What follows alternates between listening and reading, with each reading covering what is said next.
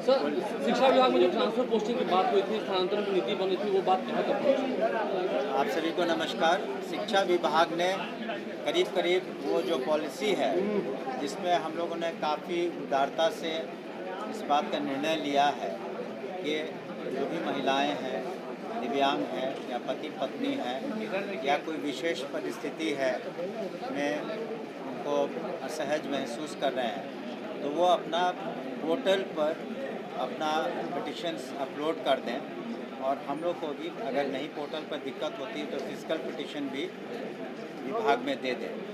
और करीब करीब तैयारी हो गई है और हमें लगता है कि एक सप्ताह के अंदर या 10 दिन हो सकता लगे, उसमें हम लोग अप्रूवल करके फिर उसको प्रोसेस करने में जो वक्त लगे, 1 सप्ताह 2 सप्ताह जो लगे, हमें उम्मीद है इस महीने के अंत तक, इस महीने नहीं सितंबर माह के अंत तक हम लोग सारे निर्णय लेंगे।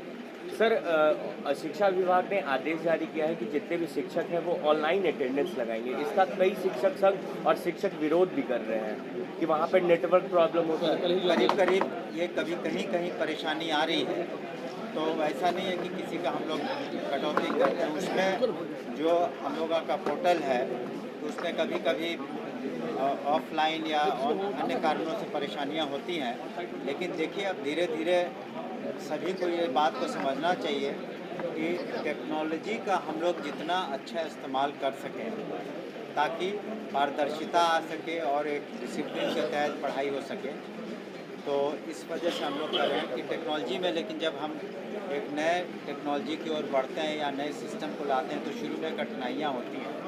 जैसे जो हम लोग आधार सीडिंग कर रहे हैं तो पर्पस ये है कि हम लोग कहीं डुप्लीकेशन नहीं हो। प्राइवेट स्कूल में बच्चे हैं, सरकारी स्कूल में बच्चे हैं, तो उसका डुप्लीकेशन नहीं हो, इसलिए हम आधार सीडिंग कर रहे हैं और सभी डाटा हम लोग का करेक्ट हो जाए।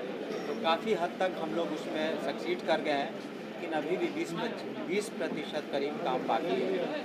तो टेक्नोलॉजी का अगर हम इस्तेमाल सही तरीके से करते हैं तो उसका फ़ायदा सभी को होगा, शिक्षा विभाग को होगा, शिक्षकों को होगा, स्टूडेंट्स को होगा, पेरेंट्स को होगा। इस वजह से हम लोग प्रयास करते हैं। सर, पटना के नासरीगंज घाट पर एक शिक्षक की नाव से गिरने से मौत हो गई थी, जिसके बाद कई शिक्षक अपनी सुरक्षा की मांग भी कर रहे हैं कि कई इलाकों में बाढ़ की स्थिति है, हमारे लिए सरकार को सुरक्षा मुहैया करानी चाहिए। देखिए, हम लोगों ने सभी जिलाधिकारी को निर्देशित किया है कि वो सक्षम भी हैं और अपने जहाँ जो वर्तमान में अगर कहीं बाढ़ की स्थिति है या पानी भर गया तो वो स्कूल बंद करने का निर्णय ले सकते हैं।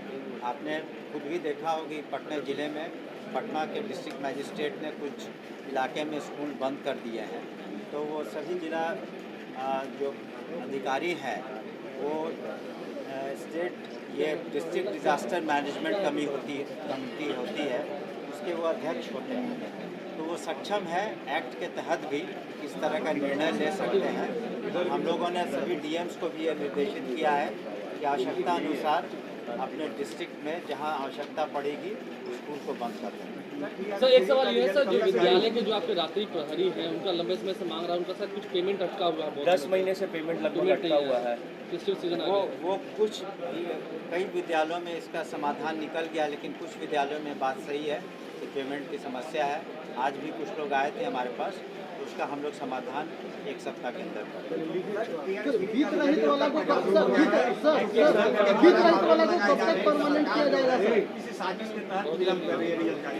देखिए, जो परीक्षा हुई है, हम लोगों ने भी जो परीक्षा कंडक्ट कराया गया है उनसे भी अनुरोध किया है कराता, तो उसमें जो परीक्षा की गई हमें उम्मीद है कि हमें आश्वासन दिया गया कि बहुत जल्दी रिजल्ट आ जाएगा। अब तक लिए आपने जब पूर्व में भी जो परीक्षाएं हुई हैं उसका भी आप उल्लेख कर सकते हैं कि उसमें कहीं भी किसी तरह की गड़बड़ी नहीं है और न ही किसी तरह के आरोप लगे हैं।